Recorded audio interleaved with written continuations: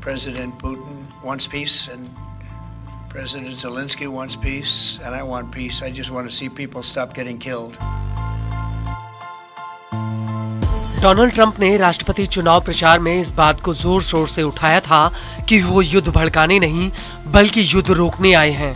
अपने इसी बयान में ट्रंप ने कहा था कि वो व्हाइट हाउस में आते ही सबसे पहले रूस यूक्रेन युद्ध और इजराइल हमास युद्ध को रोक देंगे।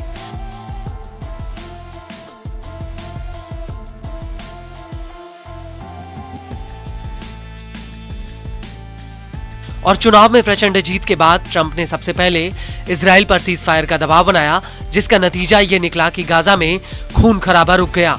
वहीं अब सबकी निगाहें यूक्रेन पर हैं और यूक्रेन को लेकर ट्रंप काफी सक्रिय नजर आ रहे हैं। दरअसल ट्रंप ने रूस के राष्ट्रपति व्लादिमीर पुतिन से करीब 90 मिनट तक फोन पर बात की है। पुतिन से बात करने के बाद ट्रंप ने यूक्रेनी राष्ट्रपति जेलेंस्की को भी फोन किया था।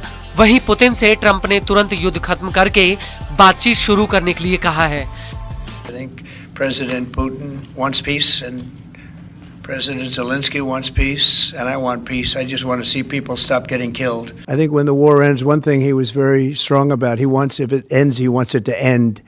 And that's President Putin said that. He wants it to end. He doesn't want to end it and then go back to fighting 6 months later. We talked about the possibility, I mentioned it, of a ceasefire so we can stop the killing, and I think we'll probably end up at some point getting a ceasefire in the not too distant future. We'll get something done. We're going to be meeting, actually tomorrow they're meeting in Munich, as you know, and we're going to have some other meetings, and I'll be dealing with President Putin largely on the phone, and we ultimately expect to meet. In fact, we expect that he'll come here and I'll go there, and we're going to meet also probably in Saudi Arabia the first time. We'll meet in Saudi Arabia, see if we can get something done. But we want to end that war. That war is a disaster. It's a really bloody horrible. आपको बता दें कि Ukraine युद्ध खत्म कराने के लिए Trump ने अपने विदेश मंत्री मार्को रूबियो, CIA के director John Ratcliffe, NSA Michael Waltz और राजदूत स्टीव विटकॉफ को लगाया है। वहीं ट्रंप के पुतिन और जेलेंस्की से बात करने के बाद ऐसा लग रहा है कि यूक्रेन में जल्द ही शांति आ सकती है। लेकिन इस बातचीत के दौरान सबसे बड़ी बात यह रही कि पुतिन ने फोन पर ही ट्रंप को मॉस्को आने का न्योता दे दिया, जो अपने आप में एक बहुत बड़ी बात है। हालांकि अमेरिका ने अभी इस पर कोई जवाब नहीं दिया।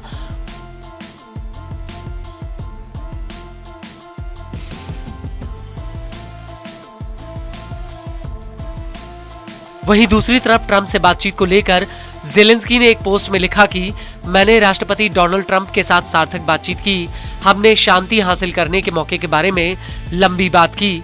टीम स्तर पर एक साथ काम करने की हमारी तत्परता और यूक्रेन की टेक्नोलॉजी क्षमताओं पर चर्चा की, जिसमें ड्रोन और अन्य एडवांस उद्योग शामिल हैं। मैं राष्ट्रपति ट्रंप का आभारी हूं कि हम साथ में काम कर सकते हैं। इसमें उन्होंने दिलचस्पी दिखाई है।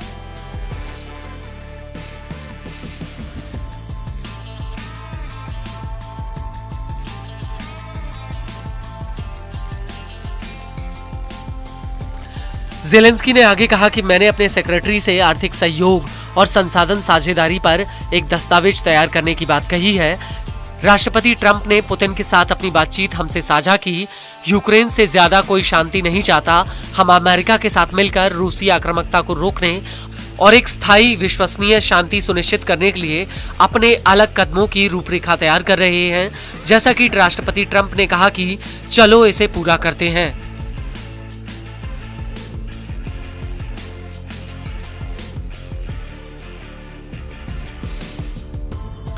आपको बता दें कि इस पूरी बातचीत में जेलेंस्की ने एक बात तो साफ कर दी कि वो किसी भी हालत में रूस और उसके सहयोगियों को यूक्रेन पर कंट्रोल स्थापित करने की परमिशन नहीं देंगे।